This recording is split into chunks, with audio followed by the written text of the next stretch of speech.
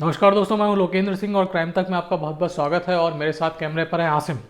आज की कहानी है साल 1999 की और जगह है मुंबई। मुंबई की जो डिस्ट्रिक्ट पुलिस है वो बहुत लंबा चौड़ा जो एरिया है वो कवर करती है। इसमें बॉम्बे सिटी है, थाने के इलाके हैं, रूरल एरियाज जो ग्रामीण इलाके हैं मुंबई के, कजरत तक। कजरत एक जगह है, शायद आप जानते होंगे। एक कजरत में, जहाँ तक मुझे मालूम है, एक बड़ा अच्छा बीच वगैरह के लिए फेमस है कजरत। तो वहाँ तक ये मुंबई पुलिस का जुरिडिक्शन जो था वो रहता था। और इसी जुरिडिक्शन में पड़ती थी एक जगह जिसका नाम था कौसा। और कौसा में एक मस्जिद थी जिसका नाम था अशलिया।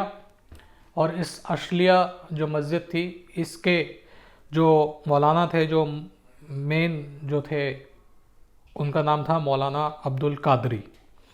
मौलाना अब्दुल कादरी, उम्र 42 साल, मूलतः उत्तर प्रदेश के आजमगढ़ के रहने वाले, लेकिन कुरान के बहुत अच्छे जानकार थे। तो इस वजह से काफ़ी साल से ये महाराष्ट्र में रह रहे थे और काफ़ी साल इन्हें इस वाली मस्जिद में भी हो गया था, कौसा की। कौसा जो है ये पुणे और जो बॉम्बे का हाईवे है, इस पे कोई टाउन है, वहाँ पे पड़ता है। तो अब्दुल कादरी के कई सारे फॉलोअर्स हैं। और बेसिकली ये जो कौसा है, ये मुम्ब्रा जो है वो इलाका है उसमें पड़ता है। और मुम्ब्रा की जो आबादी है उसमें मुस्लिम्स की आबादी बहुत ज़्यादा है। बताते हैं करीबन 80-90% जो आबादी है मुम्ब्रा में वो मुस्लिम्स की है। तो बहुत बड़े पैमाने पे मौलाना के फॉलोअर्स थे। और मौलाना अपना नवाज ववाज पढ़ाते थे लोगों को।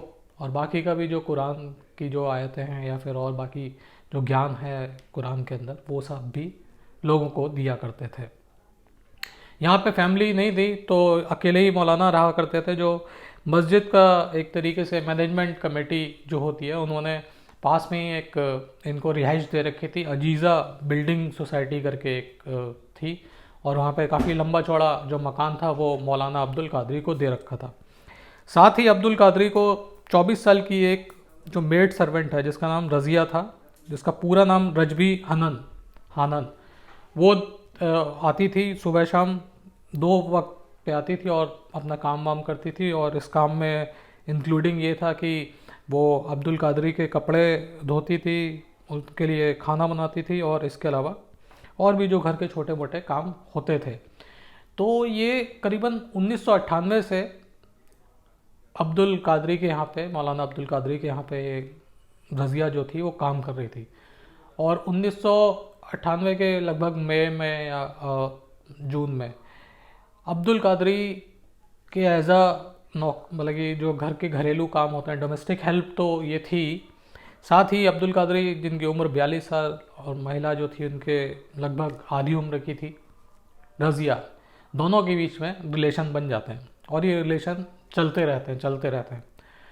और ये सब कुछ सही चल रहा था। अब्दुल कादरी जो मौलाना थे वो अपना पढ़ाते लिखाते जो भी काम करते थे वो करते थे, जो भी रिलीजियस वर्क होता है। और साथ में ये इलिसिट रिलेशनशिप भी उनके चल रहे थे, ढके छुपे। लेकिन फरवरी में क्या होता है कि अचानक ये जो रज़िया होती है वो अब्दुल कादरी को ऊपर एक बम ही फोड़ देती है, इसको बम फोड़ना ही बोलेंगे। और वो बताती है कि वो प्रेग्नेंट है और करीबन 2 महीने की उसकी प्रेगनेंसी हो चुकी है। और वो अब्दुल कादरी को कहती है कि मैं प्रेग्नेंट हो गई हूँ, अब तुम एक काम करो, मुझसे शादी करो। अब ये बात सुनते अब्दुल कादरी तो एक तरीके से इन्हें शौक लगता है। और शौक इस बात का भी था क्योंकि अब्दुल कादरी शादी तो कर नहीं सकता था, क्योंकि एक तो वो नौकरानी, दूसरी बात वो पहले से शादीशुदा, तीसरी बात जो समाज है उसमें इतनी इज्जत, समाज में धर्मगुरु। अब जो धर्मगुरु इस तरीके की हरकत करेगा तो उसके सोसाइटी में क्या इज्जत रह जाएगी। और उसका फिर आप हश्र भी सोचिए कि लोग कितना जो है वो गुस्से में आ जाएंगे। और आप जानते हैं कि जिस तरीके से इस तरीके के जब सेक्स स्कैंडल्स बाहर आते हैं रिलीजियस फिगर्स के, तो लोगों के बीच में कितना गुस्सा हो जाता है। बहुत सारे एग्जाम्पल हैं, आप आसाराम, नाम रहीम, तो वो तो देख ही लीजिए।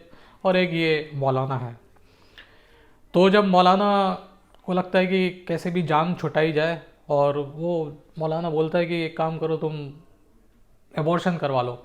लेकिन ये जो लड़की होती है, महिला होती है रज़िया, ये बिल्कुल तैयार नहीं होती। ये बोलती है कि नहीं, मुझे इससे शादी करो और मैं अपने बच्चे को तभी जन्म दूंगी जब इसके सर पर बाप का नाम होगा, और अगर तुम ऐसा मुझे कबूल नहीं करते, मेरे संग शादी नहीं करते, तो मैं सारी बातें लोगों को बता दूंगी। अब मौलाना बड़ी उसमें आ गया कि अब करे तो क्या करे। एक तरफ तो ये जो महिला थी वो अबॉर्शन करवाने के लिए तैयार नहीं थी, दूसरी तरफ मौलाना को अपनी इज्जत का ख्याल था, और बीच का कोई रास्ता निकल नहीं रहा था। उसने काफ़ी वादे किए कि तुम एक बार अबॉर्शन करवा लोगे तो मैं पूरी उम्र जो तुम्हारी ज़िंदगी है उसको मैं ख्याल रखूँगा, तो मैं जो भी पैसे रुपये की ज़रूरत होगी उसका भी रखूँगा, तो मैं घर मकान की ज़रूरत पड़ेगी वो भी रखूँगा, मतलब कि तुम्हें पूरी तुम्हारी जो सुख सुविधा है उसकी मैं पूरी ध्यान रखूँगा, लेकिन तुम ये अबॉर्शन करवा लो। लेकिन जो रज़िया होती है वो मानती नहीं है, और लगातार जो मौलाना है उसके ऊपर दबाव बढ़ता जाता है। अब मौलाना को सोचता नहीं है कि क्या किया जाए, तो अब मौलाना सोचता है कि कुछ ऐसा उपाय किया जाए कि ये रज़िया भी रास्ते से हट जाए और मेरी इज्जत जो है वो भी जैसे कि तैसी बनी रहे। तो ये मार्च का महीना आ जाता है, और मार्च 14 मार्च का दिन था, और कुछ दिनों बाद ही जो थी बकरीद जो थी वो आने वाली थी। तो मौलाना डिसाइड करता है कि इसका रज़िया का कत्ल कर दिया जाए, और 14 मार्च को ये रज़िया को अपने यहाँ पे बुलाता। वैसे तो रोज़ ही आती थी, तो 14 मार्च को जब रज़िया पहुँचती है मौलाना के इधर कमरे पर, जो मकान होता है उस पर, तो वहाँ पे मौलाना पहले जो रज़िया होती है उसको स्ट्रेंगुलेट करता है, उसका गला घोंटता है। गला घोंटने से उसकी मौत हो जाती है। इसके बाद वो सबसे पहले रज़िया का जो सर है उसको काटता है मौलाना, और इसकी लिए तो उसने पहले ही सारे इंतज़ाम कर रखे थे। सारे चाकू, हर तरीके के चाकू वो लेके आया हुआ था कि किस चाकू का इस्तेमाल कहाँ पे करना है। तो सबसे पहले ये मौलाना जो होता है ये सर काटता है। उसके बाद ये पूरा अलग अलग टुकड़े करता है पूरी बॉडी के, और इस तरीके से करीबन 5 घंटे में ये उस बॉडी के, रज़िया की बॉडी के 20 टुकड़े कर देता है। उसके बाद 20 टुकड़े करने के बाद ये धीरे धीरे हर जो भी टुकड़ा होता है उसके ऊपर से मांस हटाता है, और मांस हटाता जाता है, और केवल जो हड्डियाँ होती हैं वही बचती हैं। तो इस तरीके से उसके बाद जो भी मांस निकालता है ये बॉडी से, क्योंकि सर तो इसने रख दिया था, सारा जो मांस निकाला इसने वहाँ पे जो इसके घर में जो फ्रिज था उसमें ले जाके इसने ये पूरा मांस रख दिया। और इसके बाद एक जो कीमा बनाने वाली मशीन होती है, जो मिन्स मीट जो होता है, अभी आप लोग जानते होंगे कि जो कीमा बनता है वो किसी भी जानवर के मिन्स्ड मीट से, यानी बहुत बारीक जो मीट होता है उससे बनता है। और उसकी मशीन भी आती है, एक इलेक्ट्रॉनिक भी मशीन आती है जो बिजली से चलती है, और एक हाथ वाली मशीन भी आती है जो हाथ से चलती है। तो इस मौलाना ने जो सारी उसकी मांस उतारा था उसकी बॉडी से, हड्डियां अलग कर दी, मांस अलग कर दिया, और ये कीमा की तरीके से उस फ्लैश, उसका जो मांस था रज़िया का, उसका कीमा बनाता गया। और कीमा बनाने के बाद जो इसका बाथरूम था, उसकी जो एक तरीके से जो सीट होती है उसमें जो फ्लैश वाला जो जगह होती है जहाँ पे हम लोग जिसको यूज़ करते हैं, उसमें ये मीट के टुकड़े डालता रहा बारीक कर करके, और 3 दिन तक लगातार सुबह से लेकर शाम तक ये सारे जितने भी मीट था जो रज़िया की बॉडी से निकला था उसको मिन्स्ड करते गया, उसका कीमा बनाता गया, और उसके बाद उसे फ्लैश में डालता गया और उसको बहाता गया। 3 दिन लगे, लेकिन 3 दिन में ये सारा जो मीट था वो ख़त्म हो गया। अब जो मौलाना था उसके पास बचा क्या? उसके पास बचा रज़िया की जो भी बॉडी के जितने भी हड्डियाँ थीं वो बची, और इसके अलावा बचा रज़िया का सर। अब इसको भी ठिकाने लगाना था, तो मौलाना ने रात का वक्त देखा, और जो रज़िया का सर था उसको पहले बुरी तरीके से डिसफिगर किया, कुचला, जलाया, उसके ऊपर से मांस निकाला, जो भी कर सकता था, जितनी भी हैवानियत कर सकता था उस सर के साथ, तो उसने वो किया। और उसके बाद उसने वो सर पास का ही एक बड़ा नाला था उसमें ले जाके फेंक दिया। सर नाले में फेंक दिया, हड्डियाँ जो थी वो उसने एक थैले में, एक बड़े बोरे में इकट्ठे करी और उस बोरे को लेकर वो गया और पास का जो मस्जिद थी जहाँ पे, और जहाँ पे उसका रहने वाली जगह थी, उससे दूर ले जाके इसने ये बोरा जो था उसमें से हड्डियाँ फेंक दी एक खाली जगह पर। 14 मार्च को इसने मर्डर किया और 17 मार्च को इसने ये सारी हड्डियाँ, 17 मार्च की रात या 18 मार्च की सुबह आप मान लीजिए, इसने सारी हड्डियाँ ऐसे पटक दी और सर उसने पहले ही पटक दिया था। 18 मार्च को जो पुलिस होती है मुंब्रा की, उसको इन्फॉर्मेशन मिलती है, एक बंदा जो है वो फ़ोन करके बताता है, 100 नंबर पे कॉल करता है कि ये मैदान के अंदर कुछ हड्डियाँ पड़ी हुई हैं और ये जो हड्डियाँ हैं देखने से जानवर की तो लग नहीं रही, इंसान की हड्डियाँ लग रही हैं। तो पुलिस मौके पे पहुंचती है और देखती है तो वाकई में जो हड्डियाँ होती हैं वो इंसान की होती हैं, और लेकिन जो हड्डियाँ होती हैं वो अलग अलग पार्ट में 20 पीसेस किए हुए थे।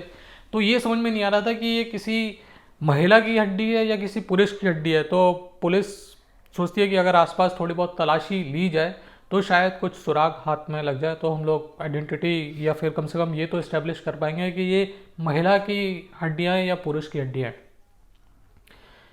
तो पुलिस आसपास का जो इलाका होता है उसमें सर्च करती है और लकीली पुलिस को महिला के जो कपड़े होते हैं वो भी मिल जाते हैं। तो पुलिस ये तो इस्टेब्लिश कर लेती है कि ये जो हड्डियाँ मिली हैं वो महिला की है, लेकिन अभी बहुत सारी चीज़ें इस्टेब्लिश करना बाकी था। पहला बात ये थी कि अगर ये हड्डियाँ महिला की है तो किस महिला की हैं, महिला का नाम क्या था, महिला की आइडेंटिटी क्या थी, महिला कहाँ की रहने वाली थी, तमाम। यानी पुलिस की कभी भी इस तरीके की इन्वेस्टिगेशन होती है, और यह मैं बहुत बार बोल चुका हूँ कि सबसे पहले अगर आप किसी भी बॉडी की या कुछ भी पीसेस मिले उसकी अगर आइडेंटिटी एक बार प्रूफ हो जाती है, उसकी शिनाख्त हो जाती है, तो फिर केस को सॉल्व करने में बहुत ज़्यादा आसानी होती है। तो यहाँ पे भी पुलिस के सामने सबसे बड़ा सवाल और सबसे पहला सवाल ये था कि आखिर ये जो महिला है जिसकी हड्डियाँ मिली हैं ये कौन है। ये बात हो गई 18 तारीख की। पुलिस अपनी इन्वेस्टिगेशन करती है और ये जो बॉडी पार्ट्स होते हैं उन्हें थाने के सिविल हॉस्पिटल में पोस्टमार्टम के लिए भेज देती है। 20 तारीख को ये जो अजीज़ा बिल्डिंग जो थी उसका सीवर जो था वो अचानक जाम हो गया और पानी जो था वो बैक मार रहा था, पानी या जो भी आप डाल रहे थे वो बैक मार रहा था।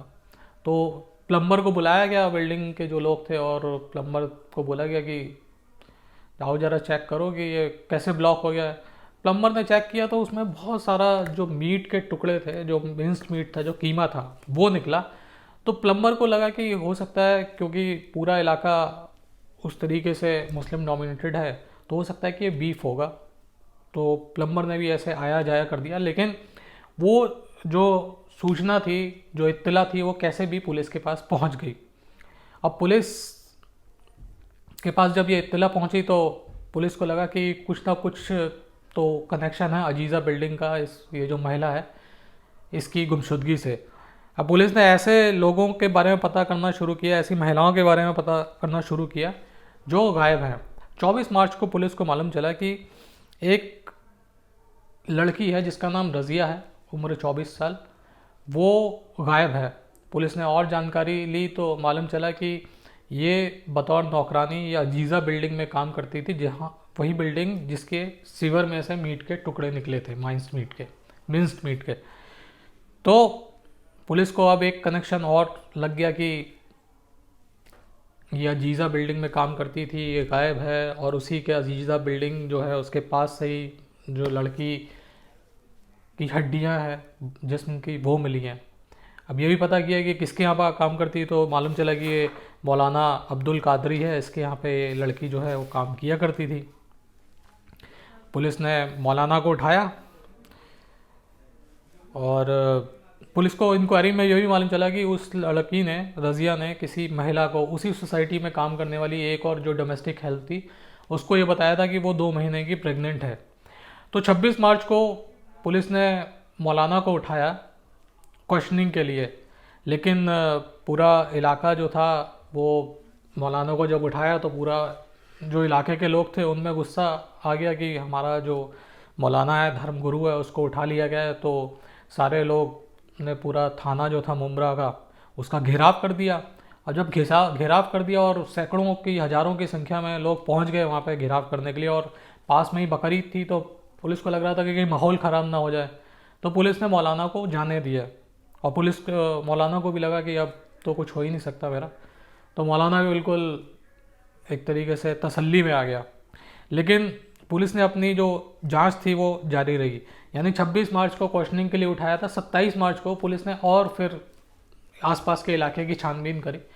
तो पुलिस को वो जो सर था, जो रज़िया का जो सर मौलाना ने नाले में फेंका था, वो भी मिल गया। अब पुलिस ने फिर मौलाना को उठाया, और फिर क्योंकि एक तरीके से पुलिस ने आस इलाके के लोगों को भी कॉन्फिडेंस में लिया कि इस तरीके के सबूत जो है वो हमें मौलाना के खिलाफ मिले हैं, तो जाहिर सी बात है पूछताछ करना बनती है। तो ऐसे में फिर मौलाना को उठाया गया, उससे पूछताछ की गई, और मौलाना ने अपना जो जुर्म था वो कबूल किया कि हाँ उसने ही जो रज़िया थी उसको मारा है। बताया भी कि मोटिव क्या था, कि लड़की जो थी वो प्रेग्नेंट हो गई थी और वो शादी के लिए दबाव बना रही थी, इस वजह से मौलाना ने उसको मार दिया। इस मौलाना को लोअर कोर्ट की तरफ से उम्र कैद की सज़ा मिली थी। अभी ये जो मामला है वो हाई कोर्ट में चल रहा था, मेरे ख्याल से अब तो सज़ा हो गई होगी। अब एग्जैक्टली इस समय प्रेजेंट स्टेटस क्या है वो नहीं मालूम चल पा रहा है, मैंने काफ़ी पता करने की कोशिश करी। लेकिन मुझे लगता है कि जिस तरीके से 1999 में इस तरीके की ब्रूटलिटी, इस तरीके के कत्ल कम ही होते थे, आजकल तो पता नहीं बहुत ज़्यादा इस तरीके के कत्ल होते हैं कि बॉडी को अलग अलग पार्ट्स में डिवाइड करके, काट के, और इधर उधर 4 जगह पे बॉडी पार्ट्स फेंक देते हैं। लेकिन 99 में ऐसे केसेस की संख्या बहुत कम थी, और इतनी मेरे ख्याल से थोड़ी लोगों का दिमाग ठीक था, ज़हीन थे, उस तरीके की हरकतें नहीं करते थे। लेकिन अब 1999 से लेकर करीब 21 साल हो गए, तो 21 साल में हवा पानी भी बहुत बदलता है, और लोगों का दिमाग, रहने का तरीका, तमाम चीज़ें बदल जाती हैं। तो वो सारी चीज़ें हमारे दिलो दिमाग पर बहुत ज़्यादा असर करती हैं। मेरे ख्याल से इतना जिस तरीके से पॉल्यूशन और ये सारी चीज़ें होती हैं, एनवायरमेंटल चेंजेस होते हैं, वो भी आपकी जो साइकिक होती है उसके ऊपर बहुत ज़्यादा असर करते हैं। तो इस तरीके का केस मुंबई पुलिस के पास बहुत कम आते थे, और जब ये ऐसा केस आया उस इलाके से जहाँ पे कभी पहले ऐसा केस नहीं आया, तो मुंबई पुलिस भी पूरा हैरान थी इस केस को लेके। लेकिन पुलिस ने अच्छी इन्वेस्टिगेशन करी, तमाम दबाव था कम्युनिटी की तरफ से, बावजूद इसके पुलिस ने अच्छी तरीके से उसको इन्वेस्टिगेट किया, और एक जो लड़की थी जिसका एक मौलाना ने कीमा बना दिया था, उस लड़की को आखिरकार पुलिस ने इंसाफ दिलाया। तो आज के लिए इतना ही, फिर आपसे मुलाकात होगी, तब तक के लिए अपना ख्याल रखिएगा। जय हिंद, जय भारत।